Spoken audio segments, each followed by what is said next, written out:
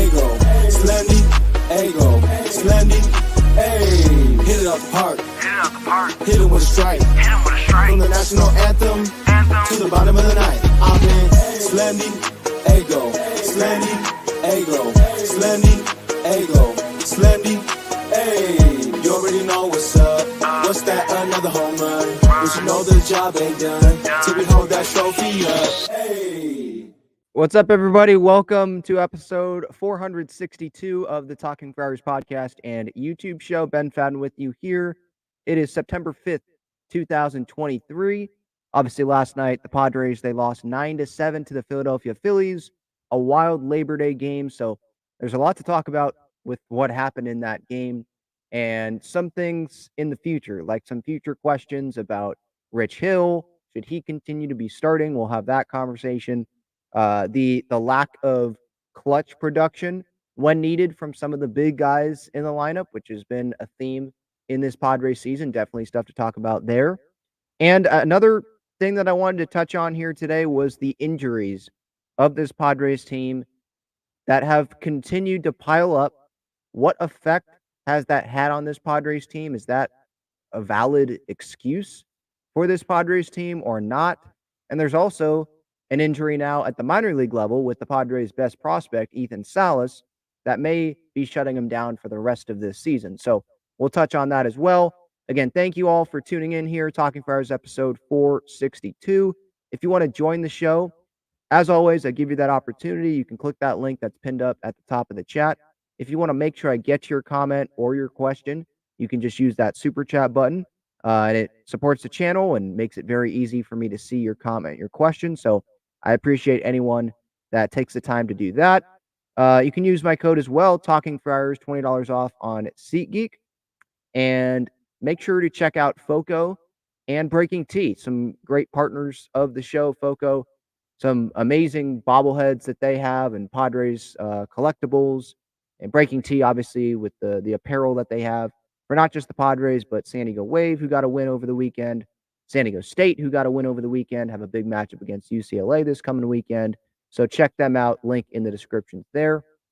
But yeah, let's get started talking about what happened in yesterday's game. Padres, again, they lose 9-7. And I was listening to Ben and Woods earlier this morning, and Jesse Agler was on, and he thinks that Rich Hill was not the reason why the Padres lost yesterday. Like, he said that, and I was surprised when I heard that. And I was like, oh, really? Because that's not how I feel. I get what his point was. His point was, well, the Padres, they had the opportunity to go tie that game or take the lead in that game late, and the bats just didn't show up. They didn't do their job. And that is fair. But what I look at is, well, look how many runs the Padres scored. They scored 7 runs. That should be enough. But with Rich Hill on the mound last night, that was not enough, because Rich Hill was throwing absolute meatballs right down the middle of the plate. It was batting practice. I mean, could I have been up there more effective than Rich Hill, or at least as effective? Probably. Now, maybe some hitters would have been fooled with the speed difference, but I mean, Rich Hill, the velocity that these guys are used to, that is literally like batting practice velocity to those guys. You know, when they go hit from a coach that's throwing like from 20, 30 feet away, probably. That's probably what it looks like to some of them. And then you add in, well, it's a huge breaking ball. So yeah, there's movement, but it's slow. So you can see, it's almost like if you play wiffle ball in the backyard and someone throws a curveball, but it's not high velocity or anything like that. Like, sure, it's a curveball and there's movement, but these major league hitters, they obviously see that it's coming, and they have a lot more time to react than they're used to. So Rich Hill has to be so fine, so great with his location of his pitches, or else he's going to get hammered. And that's exactly what happened yesterday. I mean, he only goes an inning and a third, I believe, less than 2 innings of work. And it was bad. 7 hits. The underdog fantasy higher or lower on the hits yesterday was 4. And I thought, yeah, higher, definitely. Because I was thinking maybe he'd go 3-4 innings. Yeah, this Phillies lineup, they'll get more than 4 hits, definitely. I wasn't expecting all of that to happen, for 7 hits to happen in less than 2 innings of work for Rich Hill. You know, he gives up 2 home runs, obviously. Edmundo Sosa, that ball was a little bit out of the zone, but it was still, right in his happy place, if you will. And then Trey Turner also homers, and he has definitely found his swing. I mean, I feel like people are connecting Trey Turner, him coming back ever since the Philadelphia Philly fans gave him like that standing ovation in Philadelphia. Usually they boo and all that when this guy's not doing well, and they did boo earlier in the year, but they decided to give him a standing ovation, change it up, and he was very appreciative of that. And ever since, he's been hitting pretty darn well for this Phillies team. And that's the difference between this Padres team and this Phillies team. It just feels like they really take advantage of when they have that upper hand. When there's another pitcher, or there's a pitcher that they're facing on the mound that day that doesn't have it, that should no way be beating that lineup, they go beat that pitcher. Where the Padres, there's been a lot of times this season where you got Graham Ashcraft on the mound, or name another pitcher that isn't that impressive, and the Padres make him look like Clayton Kershaw in his prime. It's been frustrating for sure. And yesterday continued a trend this season from the Padres, which was the big guys in the lineup not coming through. Now, as I said in my post-game reaction yesterday, I'm going to give credit to this Padres offense for battling. Yes, the Jay Stingler word, fighting and coming back. They were down 8-1 at one point in the game, and then they made it 9-7, and that ended up being the final. Like, good job not laying down, but it feels like it's too late for, oh, well, good job. They were fighting. Good job. No, who cares about that now, And Bob Melvin said that post game with the media. Like, I forget exactly what he said, like moral victories or something like that. Like, it's too late to be having moral victories. You need actual victories, because moral victories don't help you make the postseason, And I already think the season's over, just like pretty much every Padre fan out there, but they're not mathematically eliminated just yet. They're almost going to be, but not yet. So obviously Bob Melvin, it's like, well, we need to win games still. Like, that's the mindset he has. And when you have a 7-run offensive performance, well, sure, in April that would be good. But again, it's not time for the moral victories. No, it was not a victory. Bottom line, you look at the box score, you look at the runs scored for the Phillies and the Padres, it was not a victory. And so, not good enough. And yeah, Rich Hill stunk it up. Did he take himself out of the rotation yesterday with that performance? Like, that's a question, obviously, that I think Padre fans are throwing around. Obviously, Bob Melvin was asked about that by the media last night. And my thought on Rich Hill being in this rotation right now is, I would say, why not? Why not keep him in the rotation? Because this is not early August that we're talking about, where the Padres had more of a realistic shot at making the postseason, right? Right now, it's September 5th.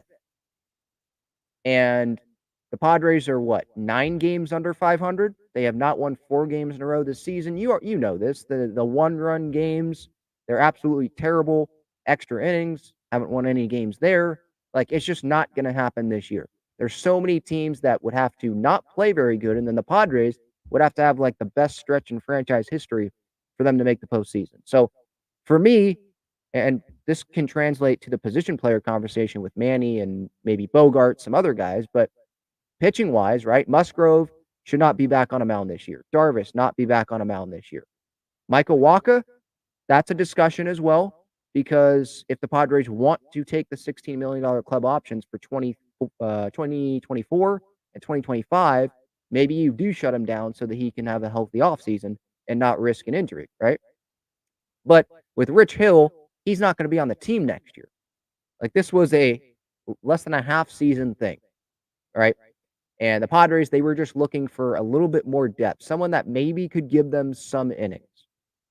And Rich Hill hasn't really even been able to do that. He's called himself pathetic, his performances, and just not good enough, terrible, crap.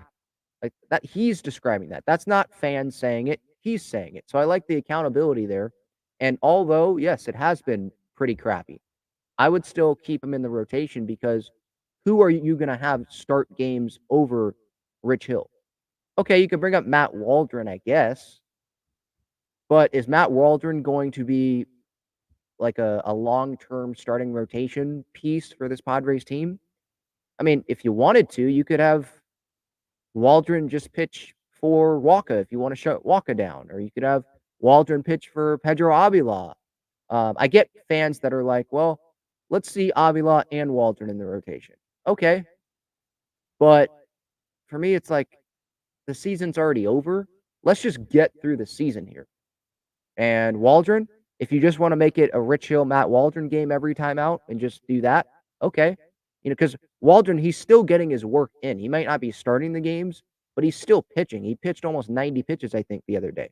So when he's coming in games, he's still like throwing a starter workload. So if he's doing that, then I'm fine with him not starting games. Like I think we can be fine with that.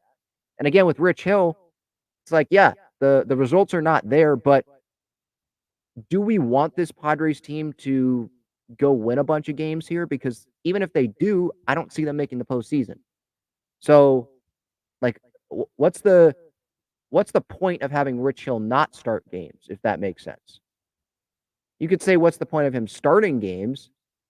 But what I would say to that is, yeah, he's not great, but he's filling innings for you when you have a couple guys in the rotation that are not going to be returning this year, and you're just trying to get through the season. Like, that's literally what the Padres are doing.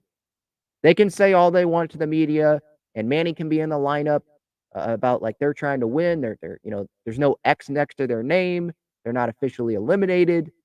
All that, but the players know where they are. People in the front office know where they are. The coaching staff knows where the Padres are. Come on, just like the fan base knows. Everyone knows that they're not making the postseason. So again, I just go back to, well, yeah, you could have probably a better option in Matt Waldron be in the rotation, but is it going to matter? No, it's not going to matter. So really, when Rich Hill's on the mound, okay, expect a loss, and it's just going to happen. But we've seen plenty of losses this year. And the big loss is this team's not making the postseason. And Rich Hill is not like the big reason why this team's not going to make the postseason, right? With the starts that he's had this year, has he helped the Padres? No.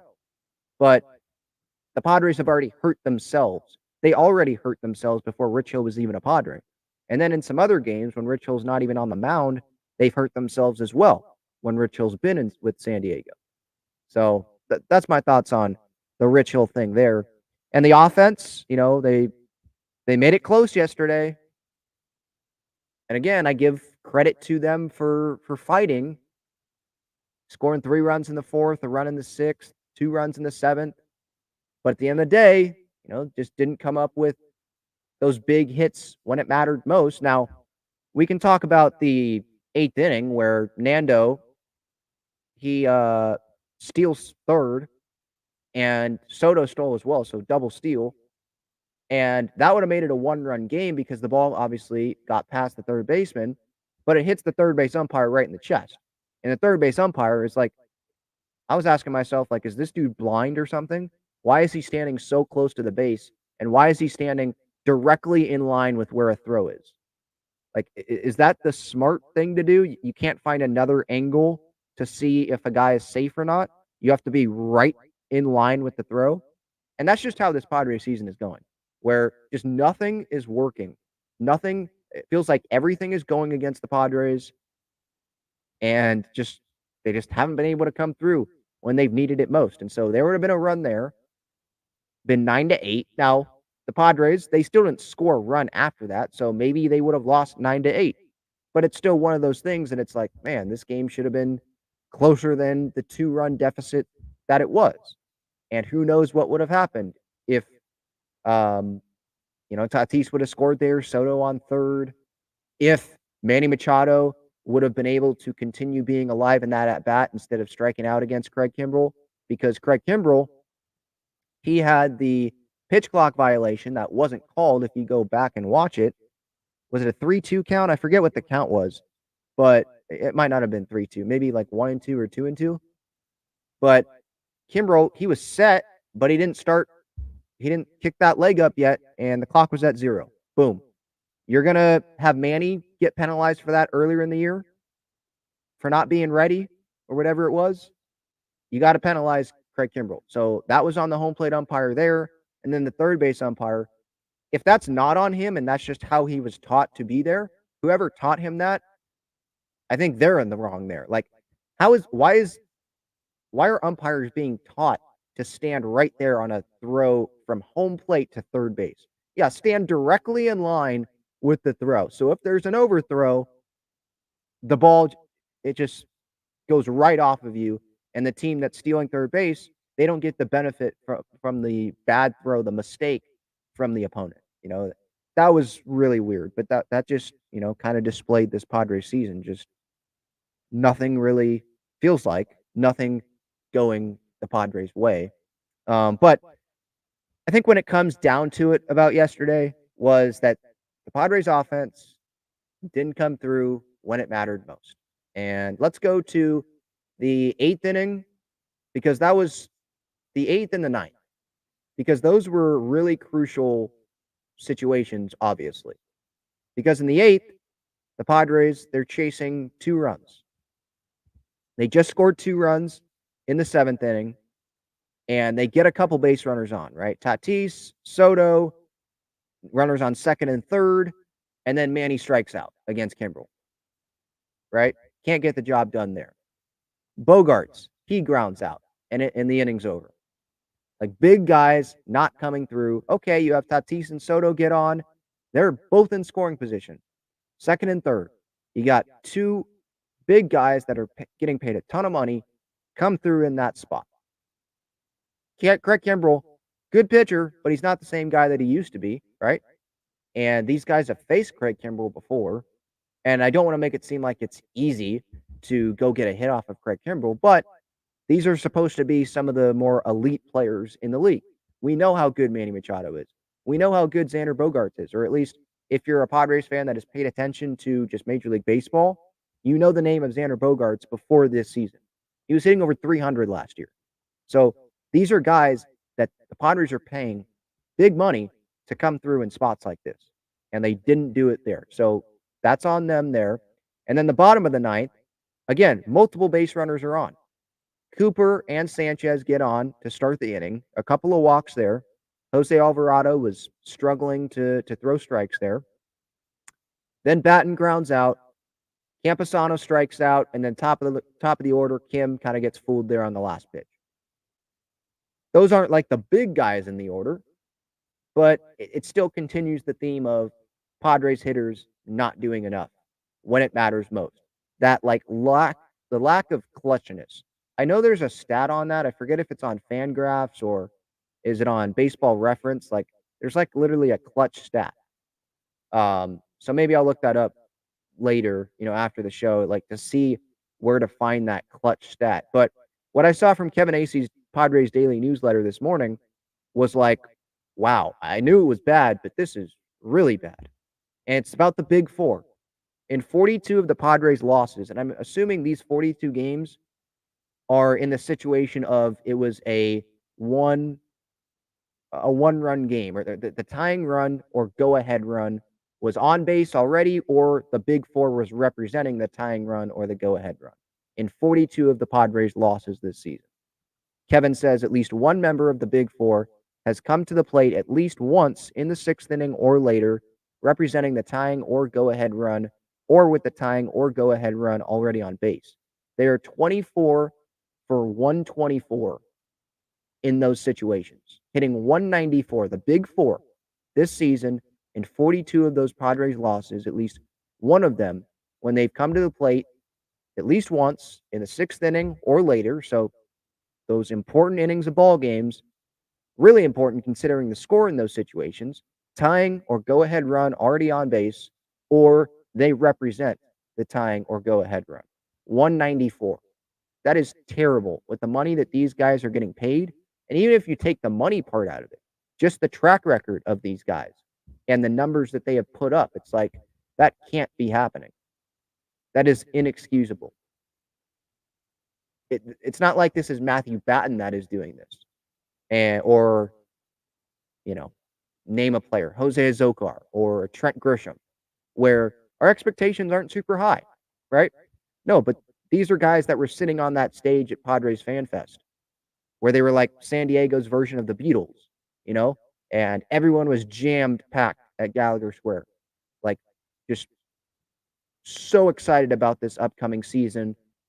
And obviously Tatis mentioning, who cares who we're playing in the World Series? It doesn't matter. We're going to win the whole thing. And Manny seeing that and clapping to that after it happened. Like, these guys going into the year, super, super high expectations. And they have not lived up to it in those big moments this season, in those most important moments this season. There's been a ton of blowouts for this Padres team this year. But that's where, is the pressure really on in those blowout games? When it's 5-0 and maybe one of those guys hits a home run to make it 7 or 8-0, whatever, or 7-1. You get my point. Is there a ton of pressure in those spots?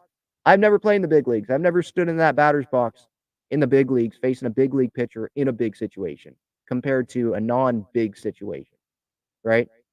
So I don't truly know. We don't truly know if those guys feel something different when they're in the box in those bigger situations. But based on the numbers, I feel like they feel something different. Something gets to them. Because we can't just tip our cap to, oh, well, that was just a good pitcher that time around. They've had a pretty good sample size of not being able to do their job in those big moments this season. And that absolutely has to change going into 2024, and not just 2024, but beyond. Because these guys, excluding Soto for now at least, these guys are going to be here for a long time. And so the Padres, they're going to be in trouble if these guys are going to do this every year. I'm trying to be optimistic, and I don't think that this is going to happen again next year in terms of like being this bad, the big four like that. Because I look at the track records, but I've looked at the track records of some other guys, and it's like, oh, okay, yeah, they'll turn it around. Even just not track records, but just Padres season earlier this season. Yeah, they'll turn it around. Look at the talent on this team, and then they don't turn it around. So maybe some people are going to want to look at the most recent things that have happened with this big four and be like, they're not going to turn it around. Look what just happened. And that's totally fair. I guess I'm just trying to remain optimistic about the Padres' future with these guys on the team because I have no choice. I mean, I could be unoptimistic, but what I'm saying is like, I have no choice because these guys are going to be on the roster. I can't be like, well, they'll just be replaced by someone else and maybe that person will be better. No, like they're going to be here. So they have to be better. So I'm just trying to, I guess, speak it into existence that, they will be better. All right. I'm going to get to the chat here after this break. Check out Gaglione Bros' famous cheesesteaks and garlic fries on Friars Road. You can visit their website, gaglionebros.com, for their entire menu and enjoy their cheesesteaks and fries at Petco Park and Snapdragon Stadium as well. All right, reminder, if you want to join the show, you can click that link that's pinned up at the top of the chat. If you want to make sure I get your comment or your question, kind of direct where the show is going, you can use that super chat button. I greatly appreciate that support there. Devin says Manny and Xander are so unclutch. That's what it's felt like this season. I mean, when I just go over those numbers, yeah, it backs that up. Salas injury hurts but it's a good thing in my opinion because I feel like they are rushing his development a little bit. Yeah, I'll get to that because that's the kind of the second part of the show that I wanted to talk about was the injuries of this season. How big of an effect how big of an impact, I guess, is the better question, have they had on this season? I'll get to that in a little bit. Rich Hill, Jake Arrieta, Vince Velasquez are washed pitchers. AJ has no idea how to establish a competent depth roster. That's also been a little bit of an issue. I'm not just talking about the roster in general, but the pitching from AJ Preller. You look at these past seasons. You go this year, Musgrove, Darvish, IL. And who is starting some games now? Pedro Avila and Rich Hill And you got Matt Waldron coming in games. You look at last year. Sure, they made the postseason, long postseason run, but Mike Clevenger, Shamanaya sucked it up in the NLCS. And those guys weren't used in the biggest moments to get to that spot, like the wild card game or the wild card series, I should say, right? We know who started those games. Wasn't those guys. Was it Clevenger or Mania? I think it was Clevenger, right? He was left off of the wild card roster. Like, they just have run out of pitching. That was that year. 2021. Velasquez, Jake Arrieta, Ross Detweiler, I believe, was on the team a little bit. I think Pedro Avila made a start in that year, and they were just collapsing. You go back to 2020. You have Dinelson Lamet get hurt. You have Craig Stammen pitching Game 3 in the wild card series against the Cardinals at Petco. Excuse me. And then you have Ryan Weathers making his big league debut in the postseason that year. Like, just not having options. And then obviously 2019 and all that, some rebuilding years, but still, you still look at those pitching staff. It's like, oh, not great in the rotation, not great with that depth, right? So yeah, it's definitely, it's been a problem with AJ. You can never have enough starting pitching, and maybe there's been times. There probably was a time where I was like, I like where the Padres starting pitching is at. They have a lot of options, but that was at the beginning of the year. Look how many options they had at the beginning of the year, right? With obviously, well, Musgrove. I'm talking about like going into spring training before we knew of Musgrove dropping the weight on himself. Musgrove and Darvish and Snell and Waka and Lugo and Jay Groom. We thought Ryan Weathers there, Julio Tehran, Cole Hamels. We maybe he'd come in the summer, and then obviously he never pitched. But like, they had options. Nick Martinez. They had a lot of names being thrown around there, where it was like, oh, okay, I feel pretty good about the starting pitching, the options that they have. There's a lot of options there. Now you fast forward months and months and months, and you're looking at it. It's like, well, maybe should have kept Julio Tehran, found a way to have him on the major league roster. Maybe made some more free agent additions, but I don't know how big of an impact were those additions going to be, and were they just going to turn out like Julio Tehran, and they would have just went to another team because they weren't being given the opportunity earlier in the year at the big league level, where they could go get that opportunity with some other team in the big league. So I feel like a lot of teams. I don't think it's just a Padres thing, but it's just something that we've noticed with the Padres is that they feel like they're in a good spot going into the season pitching wise. Yeah, we're good, but it ends up not really being the case because a lot of things can happen in a Major League Baseball season. A lot of injuries can happen, down performances, right? And that's what has happened with this Padres team this year. And the down performance part, I don't want to have that be the thing, like the main thing for the starting rotation. That's not the rotation's been, I think, pretty solid this season. I've liked it. It's just at the end here, you obviously have Rich Hill in it, you have Pedro Avila in it, you have Darvish and Musgrove hurt. Those are big losses. And the bullpen, then that was inconsistent, and there's been down performances there. And then obviously with the lineup, there's down performances. And so that has a little bit of a trickle down effect, I guess, just on the rest of the roster, when the stars don't produce, and then the bullpen as well, like it puts a lot of pressure on the rotation, and they have to be really, really good. And for the most part, there's been good performances from the rotation. But now we go to the end of this season, and it's like, well, feels like they're running out of some starting pitching depth. There's not a lot of options to go to. So yeah, pitching is going to be one of the priorities, I would say, going into this off season for sure. Matt says Rich Hill makes $8 million. How can these owners cry poor and then pay these endless millions to so many scrubs? Is that true? I didn't know Rich Hill was making $8 million. That's probably because he's been in the big leagues for 200 years. So he probably has the respect from these GMs and these owners and the veteran presence. And even if you're not a great starting pitcher, like Sean Manaea, what was the deal he got in the offseason? Remember that? It was like, oh, really? If Shamania got that, imagine what, player X, starter X is going to get. So these guys, even if they're not great, they can still get, less than $10 million, a little less than $10 million on like a 1-year deal. That's just how it is, especially when he's Rich Hill. And sure, he's way out of his prime. And you can make the case that he should be retired, but he continues to go out there. Hey, if someone's going to give you, if someone's going to give you a job, give you millions of dollars to do what you love, yeah, you're probably going to do it, right?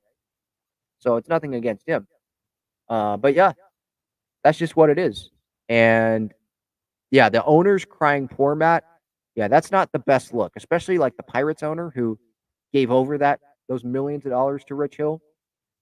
When those guys cry poor, it doesn't really add up when you're giving some of these guys more money than probably what they should be getting, right? To have them in your clubhouse. Matt also says what changed it up for Trey Turner was when they dropped him to 7th and 8th in the lineup. Xander should have been moved down months ago.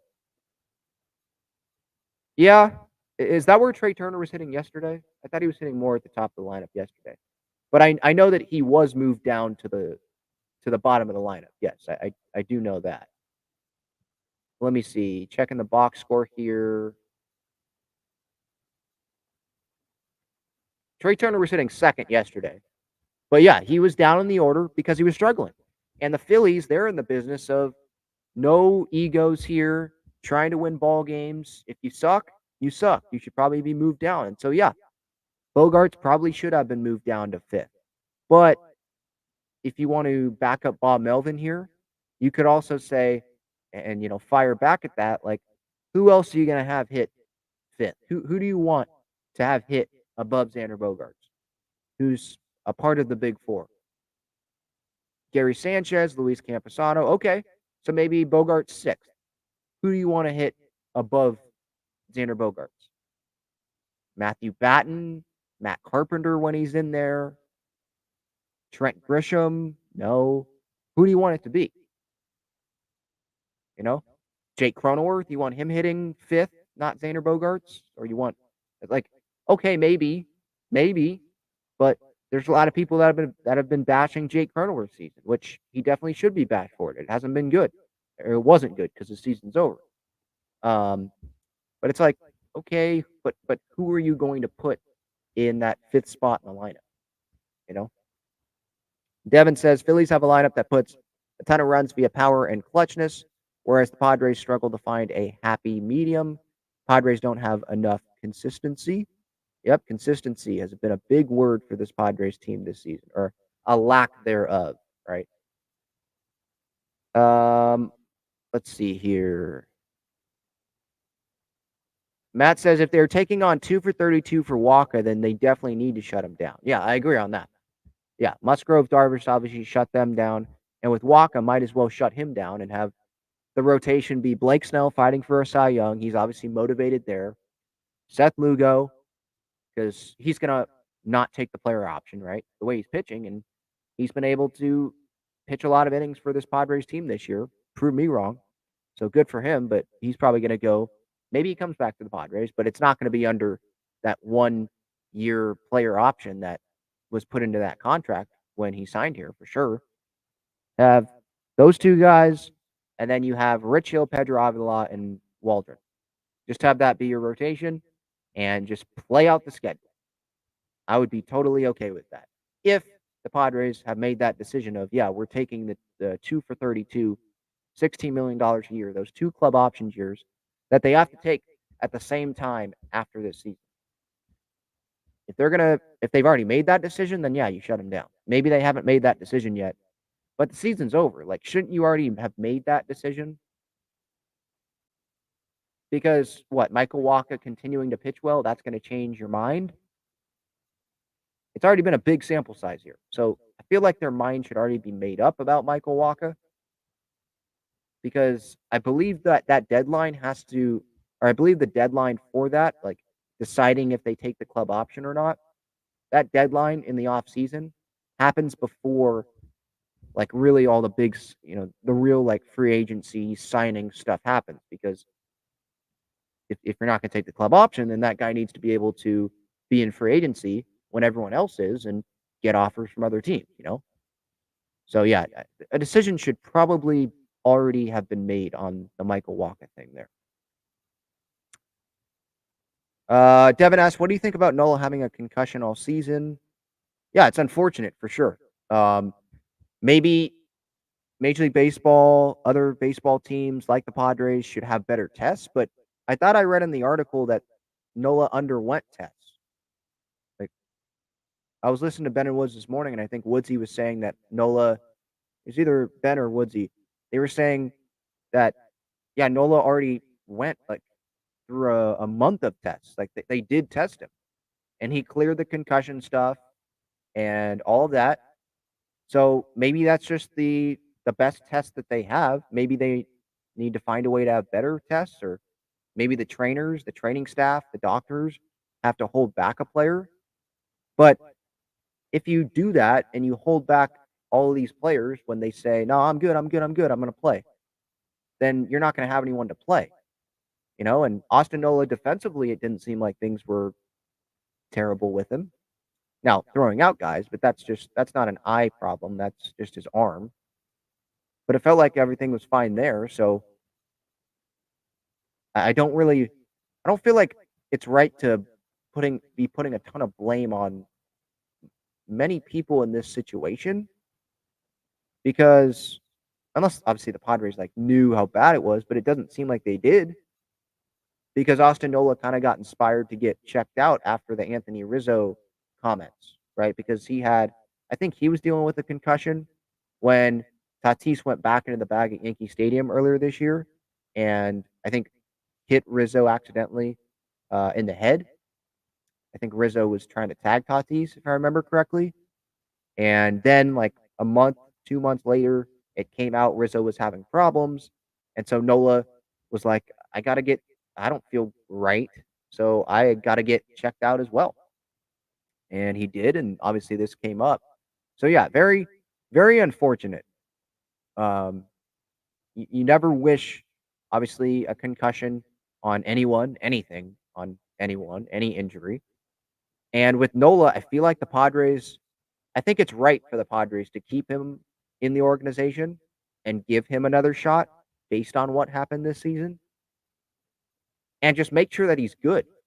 Like maybe they don't feel like having him in the organization and thinking that he's a serviceable enough catcher offensively anymore. But make sure that he's good before you have him go and be a free agent somewhere. And maybe go sign somewhere else. Like he's under contract with you. You have money. You have resources. Make sure that he's mentally there. He's mentally good, and he is recovered before you know, have him leave the organization and DFA him, or not DFA, but release him. Whatever. Find a trade partner. I think it's the Padres. Like it's their job to make sure that these guys are okay. And you're not just looking out just for the on-field product, but these guys are humans as well. But yeah, definitely. And that leads me into the injuries for this big league club. Like, how big of an impact have these injuries had to this team? Is this a valid excuse? The injuries, is it a valid excuse? And my answer to that is no. These injuries are not a valid excuse for the disappointment that the Padres have shown us in 2023. No way. But with that said, if this makes sense, it's significantly impacted this Padres team. No doubt about it. I mean, I can just go down the list here. This isn't all in order, and I'm not listing everyone, but these are like significant injuries. Austin Nola it was obviously, we thought, well, no, Austin Nola, he just stinks offensively. Like, he just needs to go. Gary can't be. That's just what it needs to be. Nola gets sent to the moon. Get sent to the sun. Like some Padre fans like to say that on social media. Launch this dude into the sun. But now with the concussion thing and the vision stuff, the left eye especially, now that we know about that, it's like, no, that was a pretty significant thing. when one of your consistent major league starting 9 players is dealing with that, yeah, that's a significant injury. Austin Nola, I do want to be clear though, if Nola was totally fine, the Padres would not like be in a postseason spot right now. So again, it's impactful, but it's not a valid excuse. Manny Machado, IL left hand fracture. He was out a few weeks there, but he was hitting 231 with a 654 OPS at that time. So impactful, significant, but was it the difference between them making the postseason and not? Not the way that Manny was playing. If Manny was hitting 330, then it would be different, right? But he was really struggling there before he got hurt. And then the stuff now with the tennis elbow. Well, the season's already over. And maybe he's been dealing with that for months. But again, him playing really good baseball, would the Padres have more wins? Yes. I'm confident that they would have more wins than what they have right now. But what if the other guys in this big four still played like this? Would they be in a postseason spot? Not so sure about that. If they would be, they'd be really fighting for that last postseason spot, probably. You know? So again, these injuries significant, but I don't think it's like this valid excuse for Peter Sider to sit there and be like, nope, it's okay. Let's all run it back next year. Now, with these big players, you have to because they're under contract. But this isn't a valid excuse, I don't think, for Peter Siler to sit there and be like, no, let's run back this entire team. This season was a once in a century disappointment. Just throw out this season. No, there's stuff that they have to look at in this season. If you continue with the injuries, Bogarts never went on the IL, I don't believe, but with the wrist, we know that was a problem. And he had the cortisone shot, I think at the All-Star break, but it was hurting. And he had like all of his power just zapped. It was gone.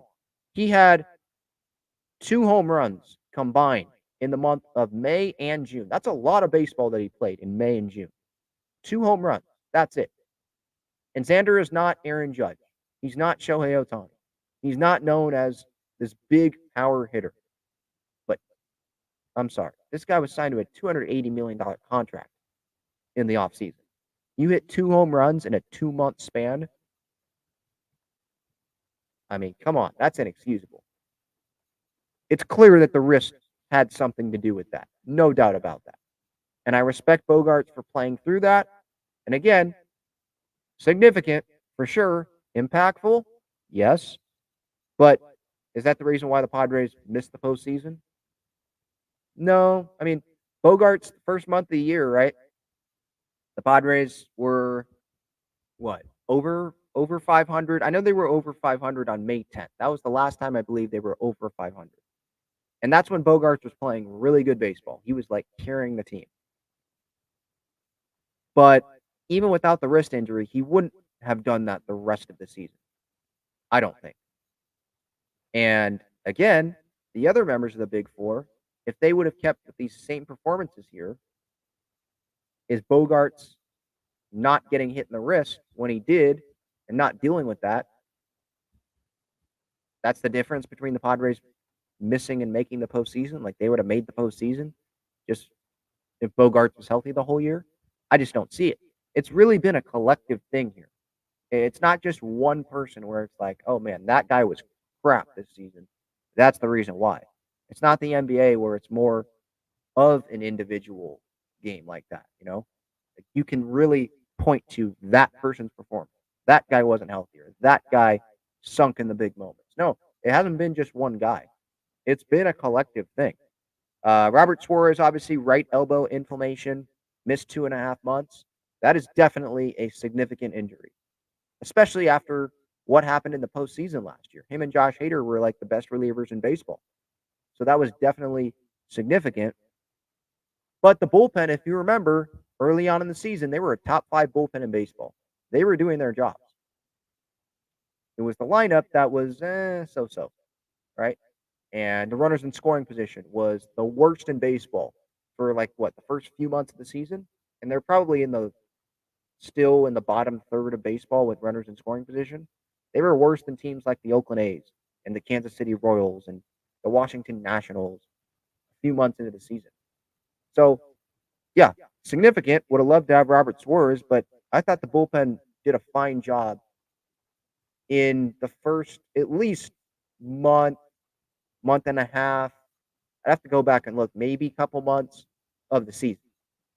So significant, but I don't think that's a valid excuse. There was just too much talent on this team for all of these guys. Individually, these injuries, like they all add up for sure. But it's not like they've all missed 3 months. Some of these are more minor injuries. Some of these happened, when other guys were playing well.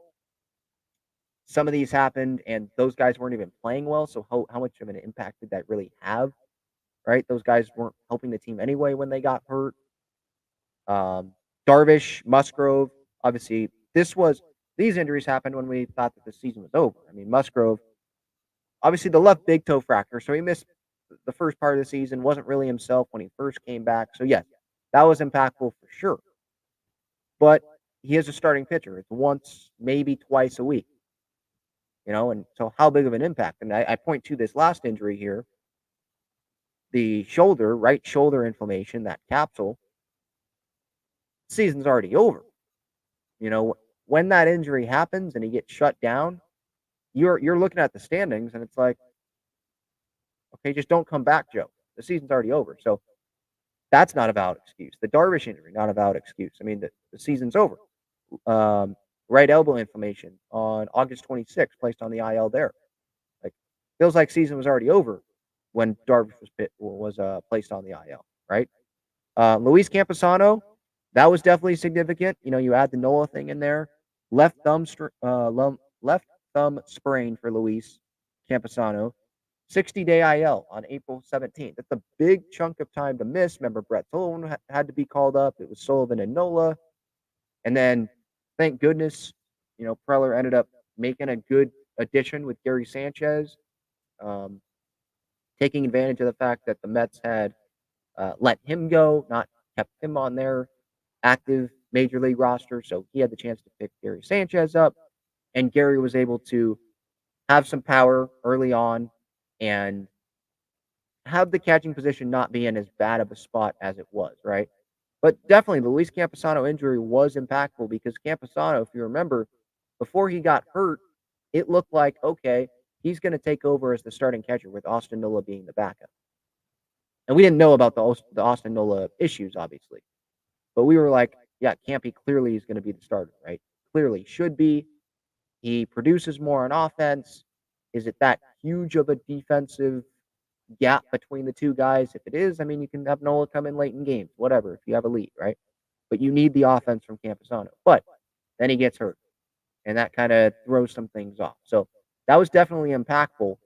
But I would point to the big four, other big guys. Like the catching position, that's not a spot where I'm blaming it solely on that and being like, oh, yeah, the catching position sucked. They didn't make the postseason because of that. Like, it's all collective here, and it's not just injuries.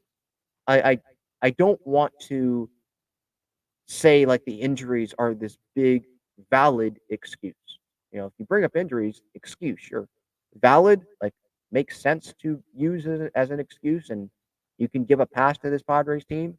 No, because it's not like they hit well with runners in scoring position or they played well in extra inning games or 1-run, 2-run games when they had these guys healthy and in the lineup, right? And so if they were playing well and they got hurt, okay, then that's more valid. But it's not like they were playing well. This team was never, in like a Dodger position, right? Where they were, double-digit lead in the division and some things that maybe some fans expected with this Padres team. They weren't in that. So it's hard for me to say, yeah, valid excuse. Michael Wacha, 15-day IL, right shoulder inflammation. Seth Lugo missed a month with the calf strain. But those guys have, when they've been on the mound, they've been good. And the Padres, they've had a good record with Wacha on the mound. And maybe their record would be a little bit better if those guys, including Wacha, didn't miss time. But again, I still point to, well, look at the sample size from the offense. And if those guys were on the mound instead of who? Who was on the mound making those starts? At Ryan Weathers? I mean, Ryan Weathers, if you remember earlier in the year, he had good moments early in the season. And it was like, okay, these are some positive signs, good signs. And then obviously it slowed down. But again, like that's the difference between the Padres making or missing the postseason was those couple weeks that those couple weeks. I think it was more than a couple weeks that Waka missed, more than a couple weeks that Lugo missed. Like that was a huge difference. It was a difference, but how much of a difference? It was a 9-game difference, which is what the Padres are at, under 500 right now. That's how big of a difference it was. How many games the Padres back in the wild card? It was a 6.5-game difference. Like those guys, if they were on the mound, Padres would be in a postseason spot right now. I'm not willing to go that far to say that. And then like Jake Cronenworth, the wrist fracture. He already had been playing really bad. Season already over when that happened. So again, not a valid excuse. So injuries overall, they were definitely impactful. And if there was, let's say the Dodgers dealt with these injuries, would they be winning as many games as they have won this season? Probably not. But I feel like they'd have more wins than what the Padres were able to get this year because they find a way. Where the Padres this year, they haven't been able to find a way. Right? So those are my thoughts on the injuries. And then minor league wise, Ethan Salas, he's out 4 weeks with a right knee sprain. No structural damage. He went to San Diego to visit with doctors, according to Jeff Sanders in the Union Tribune. So it looks like his season's going to be over. Double-A, San Antonio Missions, their playoffs start in September, I believe. So, and with how young Ethan Salas is, it's not very smart to have Ethan Salas try to come back from this knee sprain because wouldn't you just be risking him injuring it more or hurting it, going farther in it? And, just I feel like something can only happen negatively if Ethan Salas comes back. You can have him be around the Double-A team, which is, I feel like, what the plan is. I think that's what Jeff Sanders said in his article yesterday. That's the plan, is for Salas to be around the Double-A environment, that playoff push, and continue to develop relationships with the pitching staff and his teammates and people in the organization. Like, that's the right move. That should be happening. But to put him back on the field, he's already struggled in Double-A. 179 average, 517 OPS, only 9 games with San Antonio. But you add that with the short sample size that he had with Fort Wayne, where he struggled there. And I think it's valid to question, should the Padres have sent Ethan Salas to Double-A this early? Or should they have had him stick in Fort Wayne the rest of the year? Should they have just kept him in Lake Elsinore the entire year? I'm choosing to trust the Padres more because they know obviously more about the situation. They know Ethan Salas. They've been watching his games for years. This isn't just a team that signed the guy and now they're just getting to know him. There's still probably more stuff to know about him, but it feels like they have a good relationship with Salas. I think that's probably a good reason, one of the big reasons why he ended up coming to the Padres, because I assume there were a ton of teams that were interested. This guy is, 17, and he's already a top 10 prospect in baseball. Of course, there were other teams that were interested in Ethan Salas. So I feel like the Padres, they know more, and they want to test him. And if it doesn't work out, then they can make changes to where Ethan Salas is in the minor league system. And they can find ways to try to make him more comfortable and get better. As for this year, it's like, okay, you got through, the first minor league season. There were good moments. He's looked, I think, pretty good defensively behind the plate at catcher. Definitely room for improvement still, just like there's room for improvement offensively. But it's his first year. It's a process. It's going to take time. You've already rushed him to Double-A, so rushing him back from an injury, that definitely doesn't feel like a smart thing to do for For what? A double-A playoff run? Sorry, Padres fans. Sure, San Antonio fans, maybe they care because that's their team in San Antonio. We don't care. We don't care about San Antonio's playoff run and Ethan Salas being back for San Antonio's playoff run over Ethan Salas's long-term health, for the Padres organization. Right. All right. Quick break here, and then I'll get back to the chat to finish off this show. Check out Gaglione Bros' famous cheesesteaks and garlic fries on Friars Road. You can visit their website, gaglionebros.com, for their entire menu and enjoy their cheesesteaks and fries at Petco Park and Snapdragon Stadium as well. All right. That was actually the wrong ad, so that is totally my fault. I'll tell you more about Underdog Fantasy though, because I don't want to play that ad now because we've just wasted some time playing the Gaglione ad. Gaglione Bros, they've been great to me, so they deserve another shout out there. They've got the best cheesesteaks in San Diego. They're at Petco Park, down the third baseline. Some other locations around the ballpark as well. They're at Snapdragon Stadium. Their main location on Friars Road. So definitely, their cheesesteak fries at Petco. Oh my gosh, they are tremendous. Had that the last time I was at the ballpark during the last homestand, I want to say. I don't know. Was it the last homestand? I think it was this current homestand. But anyway, it was tremendous. Now, Underdog Fantasy, as I do, as always, pregame thoughts. I share my Underdog Fantasy pick. And what I'm doing there is I'm going to Underdog Fantasy, the app that they have, and I'm going to the daily picks that they have. Higher, lower, like number of hits a player's going to have or number of hits a pitcher's going to give up. Like yesterday, Rich Hill, 4 hits. I went higher on that, giving you my recommendation. And I feel like I've had a pretty good success rate this season. But with Underdog Fantasy, it's not just baseball. There's NBA, there's NFL, there's, I believe, tennis, there's golf, there's everything. So go ahead. You can click that link in the description.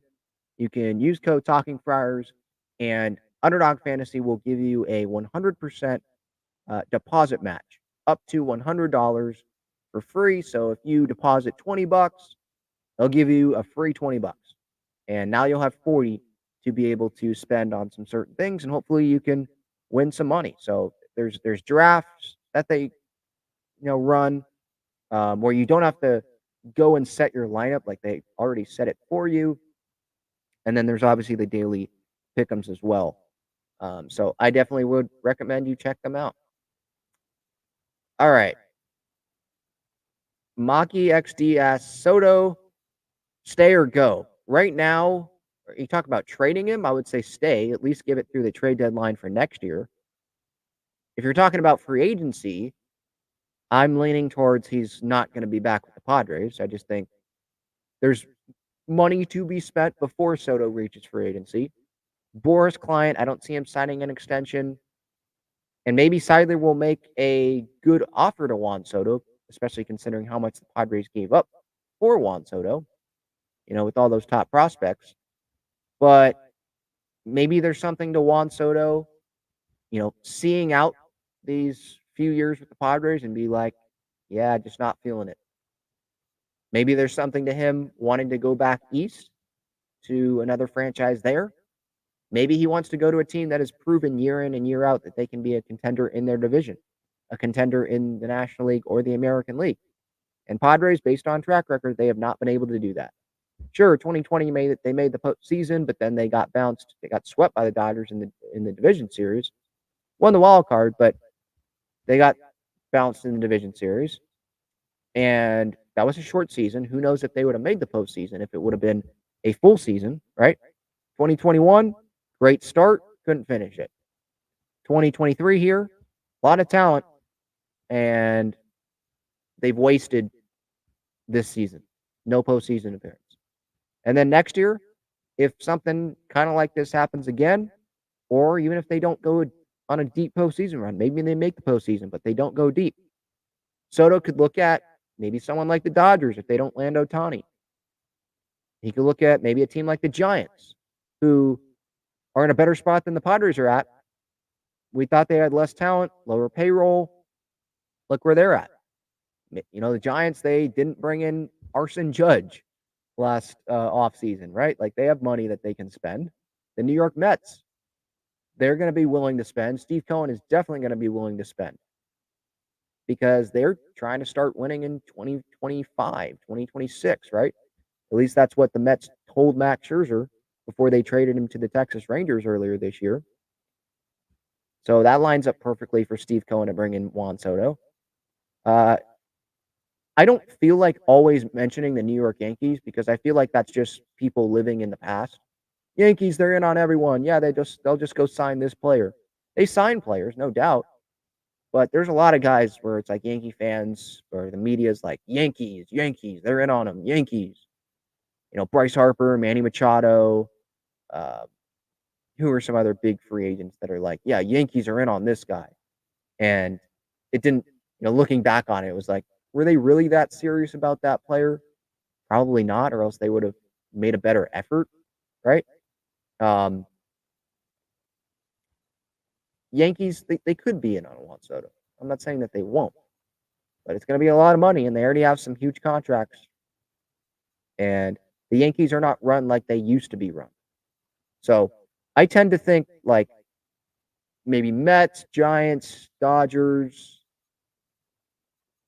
Should I throw the Cubs in there? I don't know. The Nationals obviously no, because, that would be kind of weird, right? He ends up signing with, let's say the Nationals somehow like are willing to, or Soto's performance maybe declines, and it's like, well, 440 is our best offer, or the best offer that he gets. He just goes back and signs with the Nationals, and he can go play alongside all the prospects that they got when they traded him to the Padres. But there's probably some sleeper teams in there that I'm not really focusing on. But yeah, right now I'd say Soto would go somewhere else. I would take the field on that than the Padres. All right.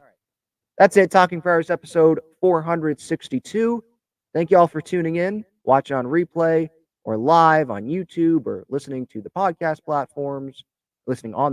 platforms, I should say. I appreciate it. Have a great rest of your day. Hopefully the Padres can knock off the Phillies here and maybe take 2 out of 3. They've got a pretty tough stretch coming up, so we'll see what happens.